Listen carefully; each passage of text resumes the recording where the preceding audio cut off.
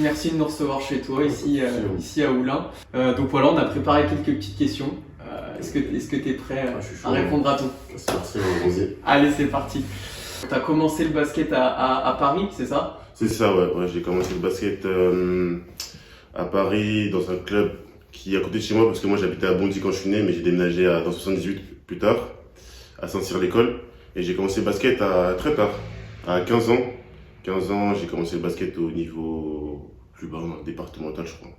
Donc tu as fait après des parts, et puis j'imagine que tu évolué des parts régions au fur et à mesure des années. Non, moi j'ai eu une évolution plus importante, on va dire. Parce que j'ai commencé à 15 ans, du coup, ouais, j'ai fait 2 ans de départ, 15, 16, 17.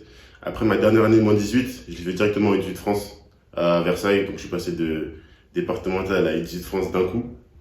Et après mon année de 18 de France à Versailles, du coup, vu que c'était ma dernière, je suis allé directement à l'Asvel. Ils m'ont recruté, j'ai fait l'Asvel, 2 ans à l'Asvel. Et là maintenant, je suis ici à Limassol. Ouais, on va y revenir petit okay. à petit. Non, mais t'as raison de clarifier. Et du coup, tu dis que t'as commencé à 15 ans. Est-ce qu'avant, t'as fait un autre sport, j'imagine? Ouais, avant moi, c'était le foot. Ouais, avant, depuis que je suis petit, je peux pas te dire à quel âge j'ai commencé. Ok. Mais j'ai commencé par le foot. Après, j'ai fait du judo. Je me rappelle, j'ai fait du judo quand j'étais petit. Ouais. Judo, je crois que j'ai dû arrêter à la ceinture jaune, demi-jaune. Genre, j'ai pas fait grand chose. Mais après, ouais, du foot avec mes potes, parce que bon, quand t'es petit, tu veux jouer avec tes amis, ça fait le foot le mercredi après-midi au club. Non, c'était bien. J'ai fait ça jusqu'à mes 12-13 ans, je pense. Ok, donc passionné de foot à côté du basket. C'est ça. Et en dehors du sportif, ton parcours un petit peu scolaire, comment ça se fait? Moi, j'ai fait un parcours normal, une personne normale. Moi, j'ai pas fait tout ce qui est pôle, tout ça. J'ai pas connu, donc ça fait que je suis allé au collège normal, comme tout le monde. J'ai eu mon brevet avec mention, je crois. Ouais, brevet avec mention. Je crois que j'ai eu bien. Après, du coup, j'ai fait mon bac général, bac ES au lycée dans ma ville à Saint-Cyr-l'École. Bac ES, j'ai eu mon bac sans mention cette fois, malheureusement, mais on l'a eu, c'est le principal. Après le bac, du coup, je suis arrivé à Lyon. Je suis arrivé à Lyon à l'Asvel et j'ai fait une première année de DUT GEA, gestion d'entreprise et administration, à l'IUT de Lyon. J'ai fait une première année là-bas, c'était avec le championnat sport, avec tous les entraînements et tout, c'était compliqué. Ouais. Donc tu vois, mais il fallait quand même que j'essaye pour voir si c'était possible de faire les deux en même temps. Ok. Du coup, j'ai validé ma première année.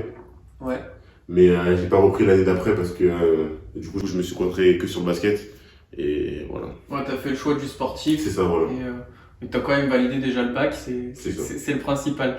Et petite question bonus, propre au basket. Est-ce que t'as un joueur vedette, un joueur préféré? Un joueur préféré au basket? Quelqu'un qui t'a donné envie de jouer peut-être et qui te passionne quand tu Qui m'a donné envie de jouer? Bon, ça c'est pas un joueur en particulier, mais alors c'est pas un joueur connu, c'est même pas un joueur même, c'est ma sœur en fait. Ouais, c'est ma grande sœur en fait, parce que du coup moi j'ai dit je faisais du foot. Ouais. Et au bout d'un moment je faisais plus de sport parce que le foot j'étais devenu trop grand pour ça fait que je faisais un peu rien. Mon père il a été basketteur, mon père. D'accord. Pendant longtemps il me disait ouais Kevin fais du foot. Moi je voulais pas. Moi je voulais pas. Donc après je me rappelle dans mes 13 ans, 14 ans, je suis parti voir un match de ma grande sœur. Elle jouait pas à un haut niveau, elle devait jouer en région je pense. Mais j'ai kiffé. Et je me suis dit vas-y à partir de ce moment-là je vais faire du basket. Et voilà. Donc ça rebondit un peu sur ma question suivante. Qu'est-ce qui t'a donné envie de jouer au basket? Ça part de ta sœur. C'est ça, voilà, ça part de mon père. Oui. Et de ma sœur aussi. Ouais, donc famille de basketteurs. C'est ça, voilà. Ok. Commencé à Paris, après t'as enchaîné directement à l'Asvel. C'est l'Asvel qui t'a repéré ou comment ça s'est fait ce changement? Ce qui s'est passé, c'était un enchaînement d'événements incroyables. Franchement, du coup j'étais en U18 France. J'ai fait une bonne saison quand même. J'ai fait une bonne saison. Je me rappelle, il y avait un match en décembre. C'était un match pour aller en poule haute. À domicile, ça c'était gros match contre le Havre. Il y avait du monde dans les tribunes et tout. Gros match. J'avais fait mon meilleur match depuis le début de saison, ce match-là. Mais malheureusement, on a perdu, tu vois. D'accord. Et sauf qu'à ce match-là, dans les tribunes, il y avait un scout, Nicolas Mathieu. S'il nous regarde, je fais un gros coucou. Nicolas Mathieu était là. Et du coup, il m'a sélectionné, on va dire, pour faire une détection. Mais pas pour l'Asvel, pour Bourg-en-Bresse. D'accord, ok. Pour Bourg-en-Bresse. J'ai fait une détection pour Bourg-en-Bresse. Ça fait que je suis parti là, c'était en mi-janvier, je crois. Je suis parti là-bas, il y avait beaucoup de gamins, on a fait des tests, des matchs et tout.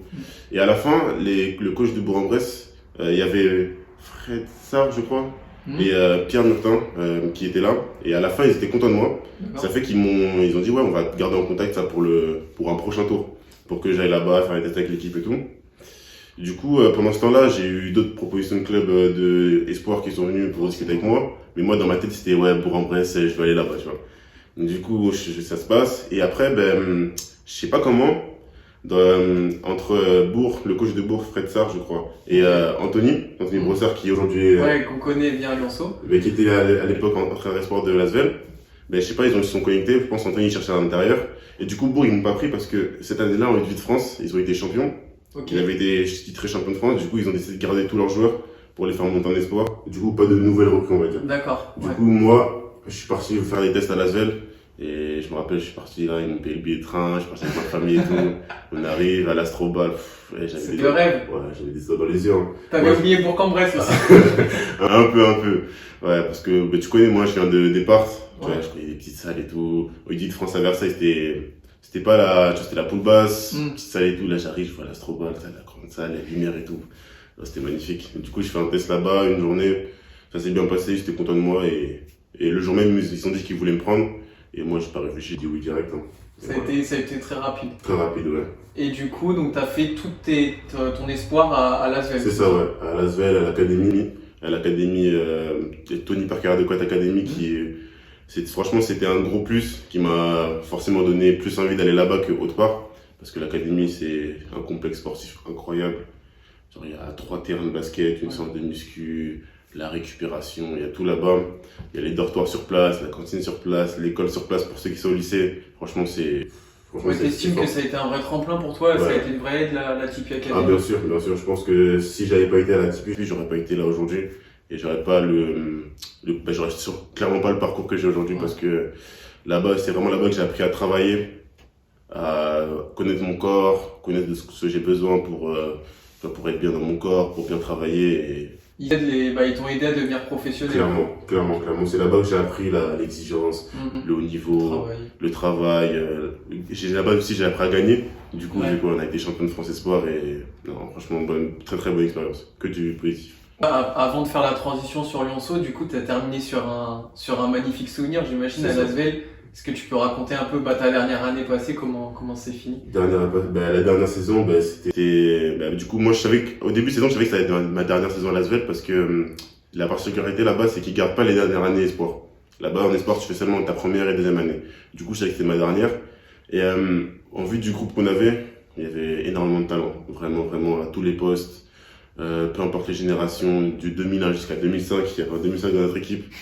Et franchement, l'équipe là, elle était impressionnante, en attaque, en défense. Et ça se voyait qu'il y avait un truc à faire, quoi. Et petit à petit, on a commencé à y croire de plus en plus.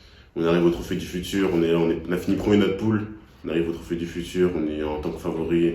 Et chaque match, on frappe. Hein.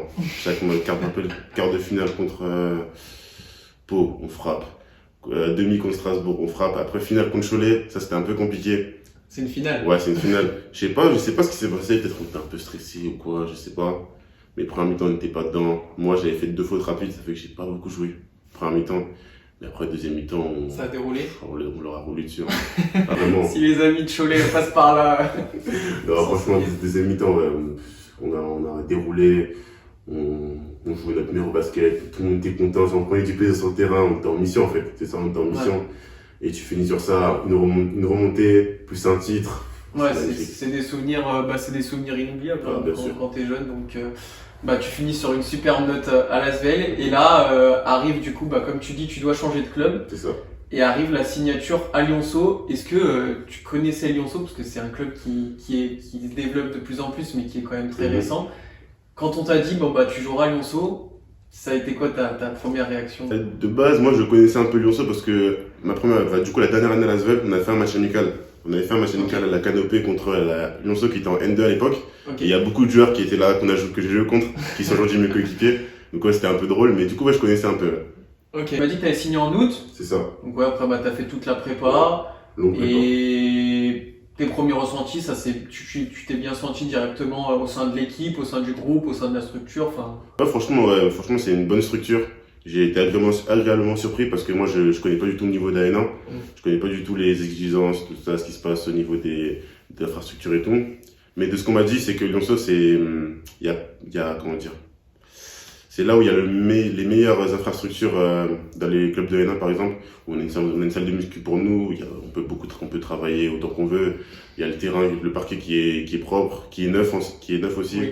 La salle est neuve, elle est franchement belle, la salle de la Canopée. En N1, j'ai pas vu pas beaucoup de salles aussi bien entretenues que celle-là.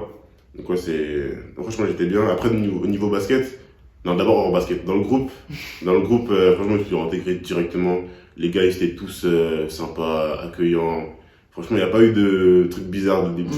Vraiment, dès le début, je sentais que c'était des bons gars et que je pouvais bien m'entendre avec tous. Et c'est ce qui se passe, en fait. On s'entend tous bien et voilà. Et niveau basket, du coup, pour moi, c'était un apprentissage du niveau professionnel. Parce que moi, je connaissais pas du tout l'A1. Vraiment, je savais pas à quoi m'attendre. On a fait quelques matchs amicaux. Et franchement, match amicaux et match de championnat, ça n'a rien à voir. Vraiment rien à voir. Mais franchement, c'est bien. Je suis actuellement surpris aussi du niveau de la N1. Je m'attendais à que ce soit plus faible que ça. Mais les intérieurs, en tout cas, à mon poste, les intérieurs, ils sont costauds. Ça fait une belle opposition chaque semaine. Et j'ai besoin de ça pour progresser. Et c'est magnifique. C'est magnifique. Là, ça fait 26 matchs. Vous avez joué 26 matchs. Vous avez terminé la première phase. Ouais, c'est pas fini. Oui, c'est très loin d'être fini. Là, le rythme va s'enchaîner très très vite. Mais est-ce que tu peux nous faire un petit bilan sur ces 26 matchs et ce top 3 accroché? Un petit bilan sur ces 26 matchs, c'est que moi, je pense que moi et tout le club, on est tous très très contents de ce qui s'est passé. Et je vois partout un peu que les gens ils sont un peu surpris, qu'on fait la sensation ou quoi. Et moi, personnellement, je m'attendais en fait. Quand j'ai vu la prépa qu'on a faite, et les 5 premiers matchs qu'on avait fait en championnat où il me semble on avait tout gagné, je crois. Si je dis pas de bêtises, on avait tout gagné. Je savais qu'avec ce groupe-là, on a des leaders, on a des jeunes qui progressent de jour en jour. Et franchement, le groupe il est homogène. Et je savais que le top 5 on allait le faire. Et je vois que les gens sont un peu surpris, ça me fait rire. Parce que franchement, dans ma tête, il n'y avait aucun doute. Et je pense que dans la tête de tous les coéquipiers, c'était sûr et certain qu'on allait le faire, quoi. Je pense que aussi la surprise c'est dû au fait que Lyonceau arrivait en N1 et qu'il y en a beaucoup qui connaissaient pas Lyonceau et ils savaient pas à quoi s'entendre et c'est vrai que quand on voit le classement on peut être surpris mais on est bien troisième. Moi je voulais revenir sur 2 matchs, le dernier à domicile et le dernier au Pôle France. On va commencer par Caen. Ce match il est fou. Vraiment, je pense que c'est le match avec le scénario le plus fou de toute la saison pour l'instant. Parce qu'il reste encore des matchs après et on ne sait pas ce que ça nous réserve. Mais ouais, le match contre Caen, c'était franchement incroyable. Parce que déjà, on commence. Caen il était le premier du championnat. C'est vrai. À ce moment-là, quand il était premier, nous, il me semble, on était 4e, 5e. 4-5e en ballottage. C'est ça, voilà, on était en ballottage et il fallait absolument gagner ce match-là.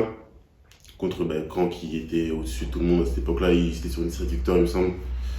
On arrive, on commence ce match. C'était un peu serré, il me semble, le premier carton. Le premier carton, c'était un peu serré. Et ensuite, quand on prend le large, je rappelle, ils prennent le large, ils prennent jusqu'à 10 points d'écart. Et on a deux faits de jeu, c'est les blessures consécutives de 2 leaders au scoring, dans le jeu, quoi. Mike Crean, l'américain numéro 7, et Marco, le meneur. Et je pense que ces 2 blessures-là, ça aurait pu nous mettre dans le dur. Ça aurait pu nous mettre dans le dur pour dire, ouais, non, on peut plus rien faire, ils sont pas là, c'est la merde, quoi, en fait. C'est ça. Mais non, pas du tout. Pas du tout. En tout cas, moi, personnellement, j'ai pris ça comme une motivation en plus. Okay. Parce que, tu vois, tout le monde s'attendait à ce qu'on perde. Je crois qu'on était à moins 15. Moins 15, jusqu'à moins 15. Jusqu'à moins 15, je pense. Tout le monde s'attendait à ce qu'on perde. Donc, il y avait zéro pression. Il n'y avait rien. Et moi, personnellement, je jouais libéré. Le coach, il nous a laissé, pas faire ce qu'on veut sur le terrain, mais il nous a laissé à la liberté dans l'attaque. Et à ce moment-là, je me suis senti à l'aise. Genre, à chaque fois que je jouais, j'avais le ballon, que je jouais en attaque. Je me sentais en confort. Le poussé par le public aussi, ouais, très important. Le public était très, très, très présent, qui a fait beaucoup de bruit. Et ça nous a porté vers la remontée qu'on a faite et la victoire au bout. Une belle victoire inoubliable à la Canopée, tu l'as dit. Et le dernier match, qui avait pas vraiment d'enjeu, mais c'était plus sur le côté que tu retournais, t'allais jouer au Pôle France, donc tu retournais à Paris, et on a pu voir t'avais pas mal de fans et de supporters. Ça devait te toucher de jouer devant autant de potes, ça devait être cool. Ouais, c'est forcément spécial. Après, moi, quand je suis sur le terrain, je ne calcule pas trop ce qui se passe en dehors, j'essaie de rester focus sur mon match. Mais ouais, c'était franchement spécial, parce que à l'INSEP, j'ai ramené ma famille, j'ai ramené mes anciens coachs que j'avais à Versailles et à Fontenay. Ils étaient présents. Et il y avait aussi mon groupe de potes, mes amis, c'était là. Et ils ont mis l'ambiance, ils ont fait du bruit là-bas, ça a poussé, ça a crié. Et grâce à eux, je pense que c'est grâce à eux, on a fait un bon match, on a gagné, quoi. Une belle victoire pour finir la phase 1. Après, ça en est conclu une phase de repos, Mhm. une semaine de coupure. J'imagine que ça vous a fait du bien. Ah oui, oui, ça c'est sûr, ouais, parce que là, depuis le mois de janvier, on a beaucoup enchaîné. Après, depuis le début de saison, on a beaucoup enchaîné. On a beaucoup enchaîné avec des fois des séances à 2 matchs par semaine. C'était compliqué un peu pour le corps. Tu vois, faut faut récupérer, pardon. Et je pense que là, la phase de cette semaine de repos là nous a permis de recharger les batteries et surtout dans la tête. Dans la tête, c'est plus important que le corps. Ça nous a permis de déconnecter un peu du basket parce que là, la deuxième phase qui arrive, ça va être très très très compliqué. Et il va falloir être prêt, hein. Il va falloir être prêt à chaque fois. On va parler très rapidement de la seconde phase. On connaît les adversaires, ça va arriver très très vite. Tu t'attends à quoi? J'imagine que vous avez vraiment hâte de jouer les équipes de la poule A parce que c'est des adversaires nouveaux, des équipes nouvelles. C'est ça, exactement, ouais. Ça va faire du bien. Déjà, ça va faire du bien de plus jouer les mêmes équipes. Parce que je t'avoue que la phase 1 a été longue. Et toujours voir les mêmes maillots. Ah, c'était fatigant, hein, c'était fatigant. Mais non, franchement, c'est déjà qu'on soit en poule haute, on savait qu'on va jouer contre les meilleures équipes de l'autre poule. Du coup, ouais, c'est un challenge en plus. Et on est des compétiteurs, donc on veut gagner à chaque fois. Et moi, personnellement, ça met une motivation en plus de me dire que je veux jouer. Cette fois, je suis sûr de jouer contre les meilleurs intérieurs du championnat. Donc là, ça va envoyer. C'est incroyable. Et donc on parle basket. À côté de ça, quand même, est-ce que je sais que ça prend beaucoup de temps, mais j'imagine quand même que tu as un peu de temps libre. Tu l'occupes comment, ton temps libre? Alors, mon temps libre, ça dépend. Déjà, si c'est le soir après l'entraînement, je suis plus en mode chill.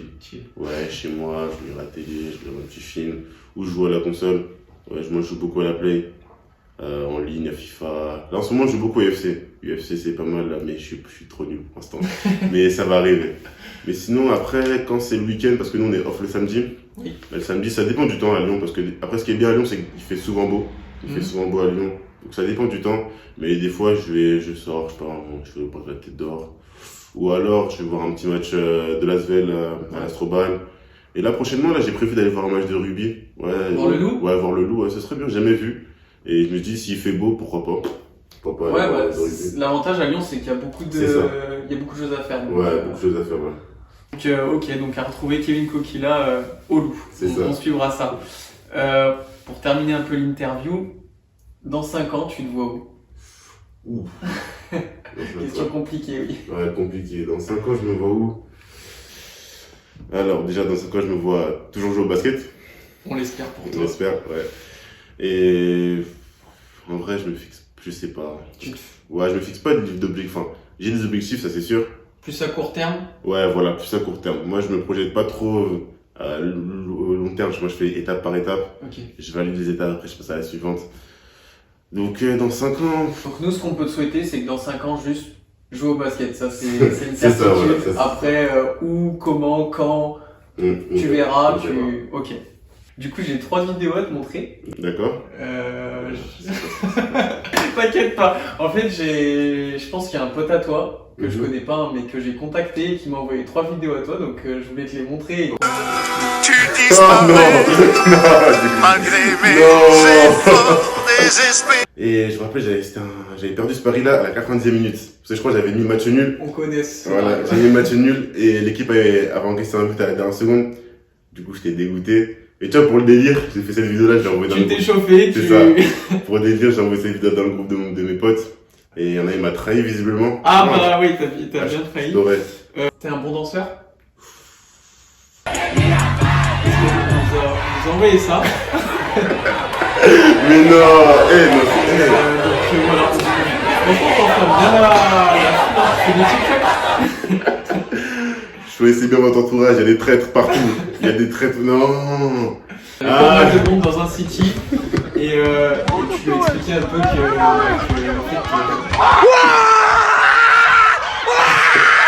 en fait, il y avait tous tes potes, c'était à Paris? Ouais, c'est ça, dans ma ville, le city stade de ma ville, ça, il y avait un petit qui, tu vois, il parlait beaucoup. Un peu ambitieux. Ouais, un peu exactement, trop ambitieux, parce qu'à cette époque-là, du coup, je sortais de ma première année à Lasvel. Ouais. Tu vois, dans la ville, tout le monde le savait. Ouais. Tu vois, ça disait, ouais, non, lui, il a fait une formation, je sais pas quoi. Du coup, le petit, là, il a voulu chauffer un peu avec moi. Il a dit, moi, au début, je voulais pas jouer avec lui. Parce que je savais que j'allais le battre, quoi. Ouais. Et du coup, il forçait. il faisait un peu de bruit, il y avait du monde autour du terrain, ça fait que moi j'étais obligé de mettre les points sur les i, les barres sur les t. En plus c'était sur un petit panier, franchement C'était trop simple. Voilà. Bah, je pense qu'il a compris, il a bien compris. Kev, si tu l'acceptes, on va finir par la petite phase FAQ. On a demandé à notre communauté Insta de poser toutes les questions qu'ils voulaient. Okay. Donc voilà, on va en sélectionner quelques-unes. Il y en a une là qui me vient directement. Ton meilleur souvenir cette saison en N1? Soit la victoire quand à domicile, ouais. Ou alors la victoire à Besançon, où on a validé le top 5. C'est vrai. Là franchement on était... Avec une bonne célébration dans le vestiaire. C'est ça, voilà. Donc, tout le monde était content, c'était la fête. On se sentait libéré parce que c'est bon, objectif atteint. Et ouais, elle a fait du bien, c'est là. Tu as mis ton premier dunk à quel âge? Je me rappelle très bien mon premier dunk. Et quel âge j'avais, ça je sais plus. Je crois que je devais avoir 15 ou 16 ans. C'était un match de départ, championnat à... Comment ça s'appelle la ville? Dans 78, c'était à Mantes-la-Jolie. Ok, ouais, Mantes-la-Jolie, c'est ça. Je me rappelle, c'était une salle bizarre, un peu goudronnée. Sur le parquet, c'était pas du parquet, le terrain était goudronné, bizarre. Ouais. Je me rappelle, l'action d'avant, l'intérieur en face, il avait dunké. Ok. Moi, ça m'avait chauffé. Ça t'a piqué. Ça m'a piqué. Ça fait que l'action suivante, j'étais en train de dunk. Tu vois, un poster dunk, ça, incroyable. Fond de cercle. J'avais le seum, tu vois. Ça fait que là, le public, parce que Mantes-la-Jolie, c'est un peu la rue là-bas, ça crie et tout. Ça dit, ouais, t'es nul. Je fais d'accord. Encore l'action d'après, je prends la balle, un dribble, Thomas, tout le monde a crié. Même les supporters adverses, ils criaient. Tellement ils ont kiffé. Donc ouais, c'est franchement beau souvenir et je l'oublierai jamais. Donc la leçon de l'histoire, c'est qu'il faut pas énerver Kevin Coquilla. Exactement. Sinon, Exactement. Vous allez aller en Pro B, point d'interrogation. Ah ben si tu me poses la question, moi j'ai envie de dire oui. J'ai envie de dire oui. Forcément, c'est compétiteur, on peut gagner. Donc pour moi, on va gagner tous les matchs. Et c'est clair. C'est ça, voilà. On a la Tipeee Academy aussi qui nous ont posé une question, donc vu qu'on en a parlé juste avant. Qu'est-ce que tu retiens de ton expérience à la Tipeee Academy? Qu'est-ce que je retiens? Il y a beaucoup de choses à retenir, hein, franchement. J'ai passé deux belles années là-bas, avec des gens incroyables, que ce soit avec les coéquipiers, parce que du coup là il y a plusieurs centres de formation, il y a la formation garçons et filles de l'ASVEL, plus les académiciens, plus le staff qui travaille là-bas, les encadrants d'académie, les cantiniers, l'intendant. Donc c'est des belles rencontres en fait. Voilà, c'est ça. Ouais, j'ai passé un bon moment là-bas. Je retiens que du positif et ça, il m'a appris beaucoup de choses. Bon voilà, la Tipeee Academy, un Merci beau beaucoup. Message. Tu manges quoi pour être si grand? Qu'est-ce que je mange pour être si grand? Moi je mange la nourriture de la maman. Hein. C'est ça, il n'y a pas de secret. T'es bien nourri. C'est ça, voilà. Mais maintenant que t'es tout seul, tu te fais manger? Ouais, je vais me faire manger tout seul, C'est dur? En fait, il faut s'organiser. Ouais. Moi, au début, quand je suis arrivé, je m'organisais pas. Ça fait, je faisais un peu. Tu vois, dès qu'il fallait que je mange, je faisais à manger. Et il faut pas faire ça. Non, c'est fatigant. Ça fait beaucoup de vaisselle et tout. Là, c'est ça, voilà. Donc là, maintenant, ce qu'il faut faire, moi, ce que je fais en tout cas, c'est que tous les dimanches, ça, je prépare un peu pour la semaine. Comme ça, j'arrive, je réchauffe et je mange. Ok, la technique Coquilla, préparer, anticiper. Exactement. Il faut manger beaucoup de légumes, c'est important. Pourquoi le numéro 34? Bonne question. Pourquoi le numéro 34? Je vais pas mentir, en vrai, il n'y a pas de signification particulière. Non. C'est juste parce que à l'époque, j'avais le numéro 13 en espoir. J'étais arrivé en espoir, j'avais le numéro 13. Et l'année suivante, du coup, vu qu'il y avait une suite, Cédric Sambaka qui était espoir avec moi l'année dernière, qui allait être dans le groupe espoir, il avait le numéro 13 aussi avec 18. Donc ça fait, je me suis dit, bon, je vais changer, comme ça, je vais lui laisser son numéro. Et moi, je voulais un autre numéro, un numéro plus grand. Ça fait, j'ai réfléchi un peu, j'ai regardé. Je me suis dit 34. Voilà, je me suis dit 34 parce qu'il y a des grands pivots qui avaient le numéro 34. Ouais. Donc je me suis dit on va suivre la lignée. Hein. Et depuis t'as gardé. C'est ça, voilà. Et franchement, il me va bien, j'aime bien. Il te va bien. Est-ce que Théoret est l'homme le plus drôle de l'équipe? Ou pas? Théoret, il est drôle malgré lui. C'est ça. C'est ça en fait. Dédicace. Drôle, mais non, ce type il est mort. Franchement, il a des attitudes, il fait des trucs, franchement, des fois tu comprends pas. Mais qui change pas. C'est un phénomène. C'est ça, un phénomène. Mais il y en a 2-3 sympas, hein. 2-3 drôles. Hein. Dans l'équipe, il y en a pas mal. Kevin, quel est ton secret pour être un tel killer sur le terrain? Ton fan numéro 1. Tout ça. Ouais. Et en vrai, il n'y a pas de secret. Hein. La seule chose, c'est le travail. Beaucoup de travail. Moi, je travaille beaucoup à l'entraînement, que ce soit je viens avant, je continue après. C'est ça, en fait. Il y a que ça qui marche. Et c'est sûr, comment dire, les résultats ils arrivent pas tout de suite, ils arrivent pas d'un coup, faut persévérer. Et petit à petit, après, on commence à sentir bien, avoir confiance et on fait des bons matchs. Et voilà. Ça a été l'adaptation entre Espoir et N1. Quelles sont les différences? L'adaptation a été rapide. Moi, je trouve que je me suis adapté rapidement au niveau de la N1. Parce que du coup, moi, je suis un gars, je travaille beaucoup. Surtout physiquement, j'ai beaucoup travaillé physiquement cet été parce que je savais que j'allais affronter des adultes. Et c'est ça, en fait, c'est ça qui change le plus par rapport aux espoirs. C'est que là, tu affrontes des hommes, en fait. Ils sont là, ils ont eu des carrières. Il y en a, ils ont eu déjà 10 ans de carrière. Ils sont là, ils sont en place, quoi. Ils sont sûrs de leur basket. Et tu vois, moi, je suis là, je suis jeune, j'ai pas encore fait, j'ai rien fait encore pour l'instant, à part un espoir mais ça veut rien dire, en fait. Parce que le niveau N1, il a rien à voir avec le niveau espoir. Parce que espoir, c'est les jeunes, en fait. C'est ça, en fait, ouais, c'est ça la grosse différence. Et puis la différence d'expérience, c'est ça, des gars qui jouent dans la compète depuis 10 ans, c'est ça, voilà. qui sont plus durs, Plus physiques, plus intelligents, plus malins, plus vicieux. Non, franchement, c'est bonne expérience à l'ENA. Je conseille à beaucoup de jeunes de passer par la l'ENA parce que franchement, c'est un bon championnat parce que tu peux te permettre d'apprendre en faisant des erreurs. Alors que si tu veux faire le saut trop vite pour aller en Pro B ou en Jeep Elite, bah, t'as pas droit à l'erreur. Hein, et ça, c'est comme ça que ça se passe. C'est comme ça dans le sport, en fait. Et si tu rates le coche, tu peux descendre très très bas rapidement. Donc, non, je conseille la N1. Merci d'avoir répondu. Je te check. Merci. À bientôt. À bientôt.